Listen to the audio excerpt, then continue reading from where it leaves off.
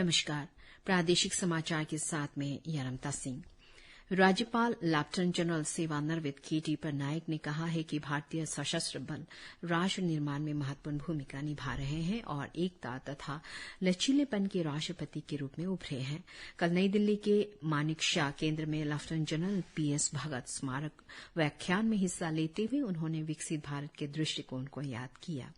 उन्होंने इस बात पर जोर दिया कि सशस्त्र बलों का परिवर्तन बल संरचना, आधुनिकीकरण, प्रौद्योगिकी संचार और मानव संसाधन प्रबंधन पर निर्भर करता है। राज्यपाल ने कहा कि सशस्त्र बलों को विकसित राष्ट्र बनाने में सबसे बड़ा प्रेरक बनना चाहिए। राज्य में कुत्तों के काटने के बढ़ते घटनाओं के मद्देनजर स्वास्थ्य सेवा निदेशक डॉक्टर रुकेन रुना ने नाहरलगुन में एक बैठक बुलाई। बैठक में स्वास्थ्य और परिवार कल्याण विभाग द्वारा स्थिति से निपटने की दिशा का आकलन किया गया। इस दौरान डॉक्टर रुना ने लोगों से किसी भी जानवरों के काटने या खरोच को गंभीरता से लेने को कहा।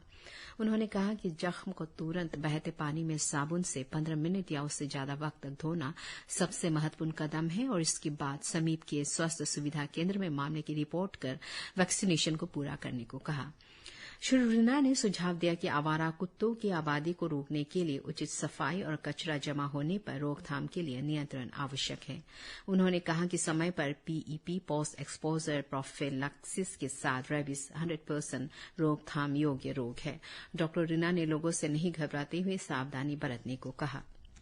दूरदर्शन के महानिदेशक कंचन प्रसाद ने अरुणाचल प्रदेश से संबंधित विकास गतिविधियों के प्रचार के लिए दूरदर्शन को सम्मिलित करने को कहा। इस विषय पर उन्होंने राज्य सरकार, खासकर जनसंपर्क विभाग से सहयोग मांगा। जनसंपर्क विभाग सचिव न्यायालय के साथ कल हुए एक बैठक के दौरान उन्होंने ये बात कही।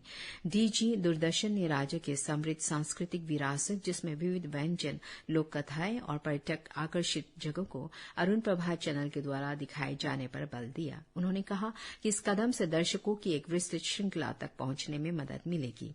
इसके जवाब में जनसंपर्क सचिव ने दूरदर्शन टीम से डीडीके के जरिए विकासात्मक गतिविधियों को उजागर करने के लिए सहयोगात्मक प्रयास के लिए एक विस्तृत योजना और रणनीति अपनाए जाने का आश्वासन दिया।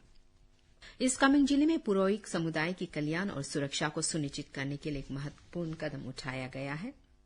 इसके तहत जिला उपायुक्त सचिन राणा ने आधिकारिक तौर पर एक इमरजेंसी हेल्पलाइन नंबर का शुभारंभ किया। पुरोइक समुदाय के खिलाफ बार बार घटने वाली घटनाओं के मद्देनजर तत्काल और प्रभावी सहायता की आवश्यकता को पहचाना गया है। हेल्पलाइन नंबर है 7085721317। यह हेल्पलाइन नंबर पुरोइक समुदाय के लिए महत्वपूर्ण जीवन रेखा की तरह काम करेगा। संबद्ध समुदाय सदस्यों से संबंधित कोई भी चिंता को लेकर कोई भी व्यक्ति इस हेल्पलाइन नंबर पर कॉल या व्हाट्सएप मैसेज भेज सकते हैं। यह पहल पुरोइक समुदाय को समय पर सहायता प्रदान करने का प्रशासन के चल रहे प्रयासों का हिस्सा है। यह इमरजेंसी हेल्पलाइन नंबर 24/7 काम करेगा। सप्ताह भर चली सियांग बायोडायवर्सिटी मीट की पहली संस्करण आज संपन्न हुआ। इस कार्यक्रम के दौरान 140 तितलियों की प्रजातियां, चिड़ियों की 100 और पतंगों की 300 प्रजातियां देखी गई। इस बायोडायवर्सिटी मीट को गोबुक वेलफेयर सोसाइटी ने अपुम सिरम वेलफेयर सोसाइटी के सहयोग और तितली ट्रस्ट डीएफओ मोरलिंग राष्ट्रीय उद्यान व वन्यजीव प्रभाग सहित अपर सियांग जिला प्रशासन के सहयोग से आयोजित किया गया था। तितलियों के दुर्लभ प्रजातियां जैसे dark freak, brown gorgon, yellow gorgon, elusive prince, false Tibetan cupid, green dragon tail और मोटल अर्गस देखी गई। वही दुर्लभ चिड़ियों की प्रजातियां जैसे ग्रीन कोको, लार्ज नील तावा, ब्लैक चीन यूहिना, व्हाइट नेप्ड यूहिना आदि भी देखी गई। इस कार्यक्रम में देश के विभिन्न भागों से 25 लोग, जिसमें शोधकर्ताओं और प्रकृति संरक्षणवादी शामिल हुए।